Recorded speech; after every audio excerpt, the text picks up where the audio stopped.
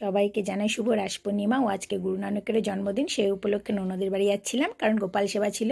আর গোপালদেরকে এত কিউট লাগছিল, মানে কি বলবো, দেখে আমি আর থাকতে পারছিলাম না। প্রত্যেকটা গোপাল এত সুন্দর করে দিদি সাজিয়েছিল, মানে দেখেই তাদেরকে মনে হচ্ছিল গিয়ে একটু আদর করে দিই। আর এত সুন্দর প্রসাদ করেছিল। তো আমি শুধু গোপালদেরকেই দেখছিলাম, মানে তাদেরকে কিভাবে দেখবো বুঝতে পারছিলাম না। আর গৌরনীতাও ছিল। তো কি কিউট আর কি কিউট! তারপর তাদেরকে পান টান সব কিছু সাজিয়ে গুছিয়ে দিয়েছিল, কারণ দিদি খুব ভক্তি ভরে গোপাল সেবা করে। আর গোপাল সেবা সবাই জানেন যারা আছে।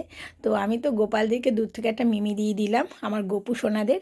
তারপরে খাওয়া দাওয়া, এখানে নিরামিষ সমস্ত কিছুই রান্না ছিল, বিভিন্ন রকম প্রসাদের সাথে ফ্রায়েড রাইস, ফুলকপির তরকারি, চাটনি, পাঁপড়, মিষ্টি সমস্ত কিছুই ছিল।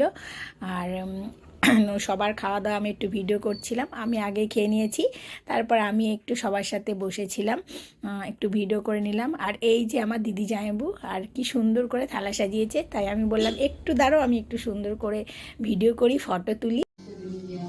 তারপরে আমরা পিসমণি বাড়িতে একটু আনন্দ করলাম, করে নে কি করলাম, বাড়ি থেকে রওনা দিলাম। Tata, bye bye.